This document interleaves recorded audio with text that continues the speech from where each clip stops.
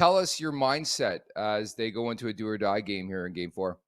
Well, I mean, everything's just based on you only have to worry about today. I mean, there's no thought process on winning four in a row. And the last thing I would talk about is winning four in a row because that seems like a daunting task.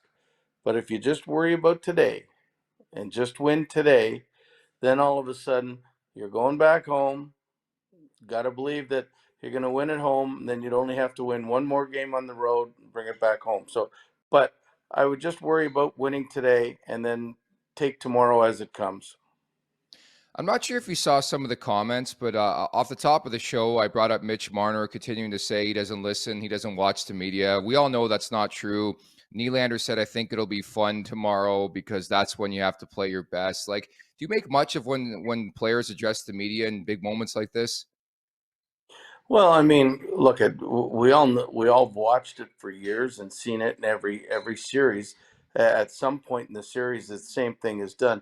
I really do believe Mitch hasn't watched a video. I never, when we were losing, I never watched the news, never read the paper, never listened to the radio sports, never do any of that. I try to keep all that away, so I can picture him doing that. But I mean, he knows the situation. He knows there's media around him. He knows the questions that are being asked.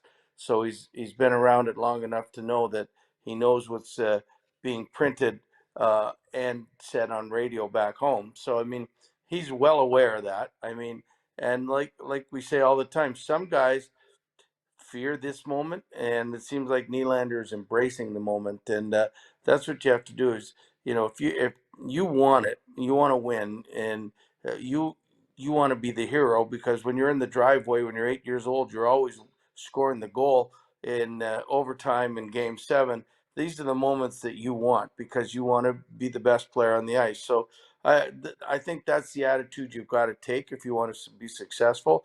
Doing something that other people can't do is always a great motivator. That's one of my self motivations, I think, and so that's what it's going to be. And I mean, I believe that they will come out in the first period and tonight. And maybe I'm answering your questions before you ask them, but I mean, I believe that they will come out and they will throw their best effort. And if they don't have a lead after the first period, then I would start to worry a little bit. Gabby, is Florida getting enough credit for the way they're playing in this series? Because obviously in this market, everybody's talking about how dog shit the Leafs have been. Do you think it's a more case of the Panthers being good, or is it somewhere in between here?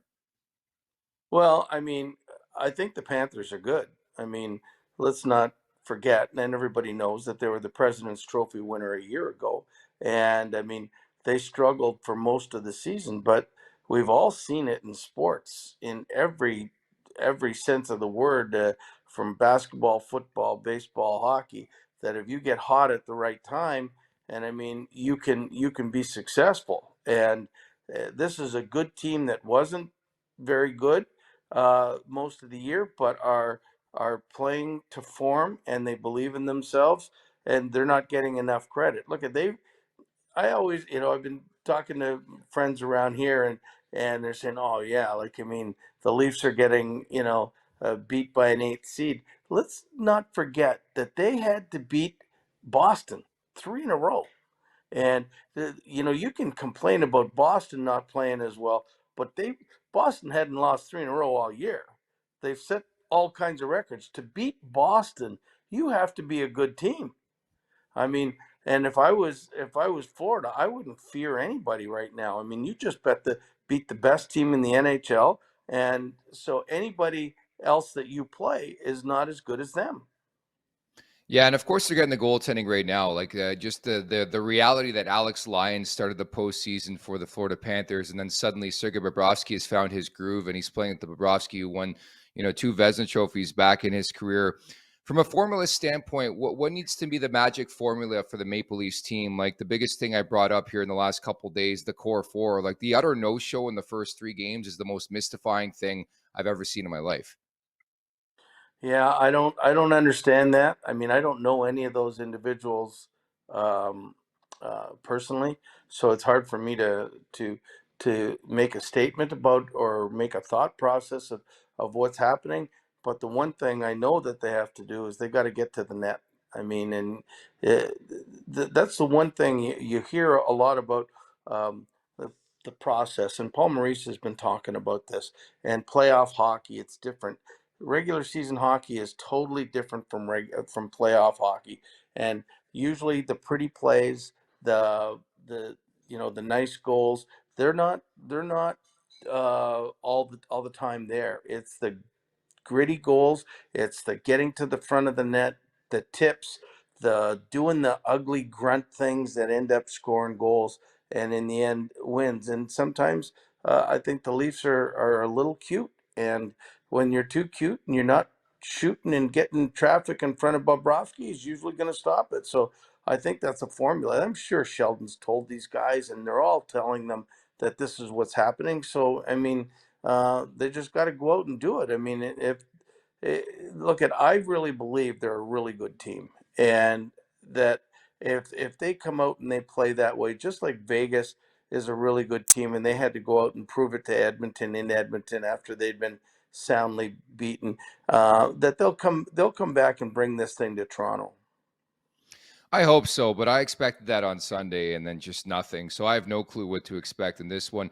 The biggest thing I've noticed is Florida's forecheck and their puck pressure. And again, puck management has been a thing. It's been very poor for the Leafs, even dating back to the first round. I can ask you, as a head coach in this league, what are the types of things they can do to combat sort of what Florida's doing forecheck wise and puck pressure wise?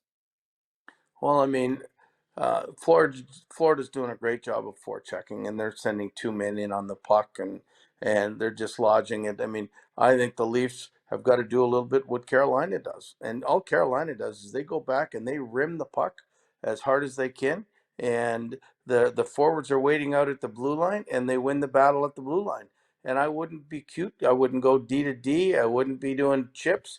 I'd be getting it back, and I would just be getting that puck out as fast as you can, and let's play hockey in the neutral zone. But let's not allow them to get a forecheck going here against us. And that's what, when Florida gets the forecheck going, then everything else seems to work for them. They gain strength. It's like friggin' Superman, like, I mean, or the Hulk gets strength as he gets madder. And when they get the forecheck going, they get better and better and better. Wouldn't allow the forecheck to happen if you could. Just get it out and make sure that, and like, I mean, uh, and not on one side too. Like, I mean, you would say, as a coach, say, listen, we're going out the weak side every time the puck is dumped in. We're coming out the weak side, so the forwards can get to the boards there, and you can get one or two guys, and they fight the battle high at the blue line, and just chip it out and go from there. And that's how Carolina leads the league in exits every year, and they're successful at it. So,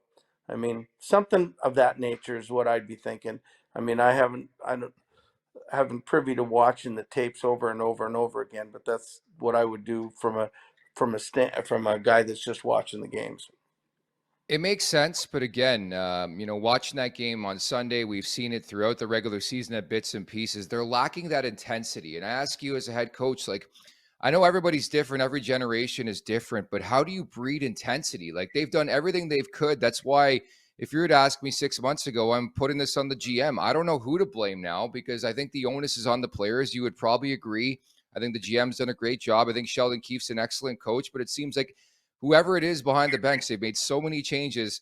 Nobody can step up and do their thing on the ice and play intense and play urgent hockey. Listen, they're being given a really good game plan. I can tell you that, and the onus is on the players at this stage, and the will and the want. And I always use those two phrases. It's the will and the want that's going to get you the success, and the will to win the one-on-one battles and the want to do it. And they can't make them do it. They can't. I'm sure Sheldon has tried everything from berating them to praising them uh, to every other little aspect of it. But the players have got to go out and want it. And that's what I thought Vegas did against Edmonton the other day. They went out and wanted it. They were played with such great discipline. They didn't take any penalties, and that's the case.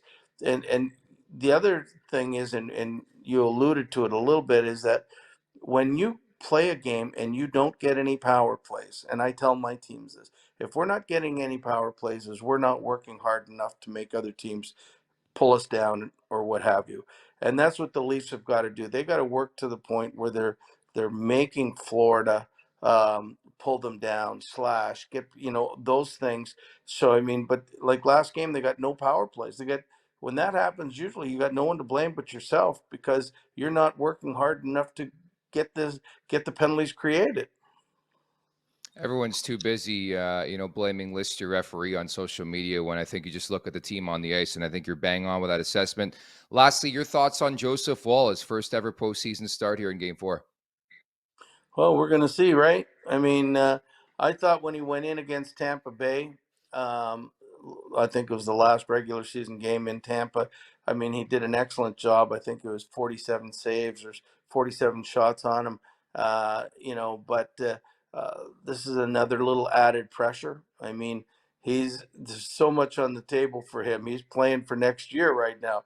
Can I be the starter next year? If I do good, they're going to want me. If I crap the bed, is this something where they're going to have to go out and get a free agent goalie because they don't have faith in me? So there's a lot of pressure on this young man, and but he looks like he's come through in the past, and I expect him. It's not like he's just got called up and he's thrown in.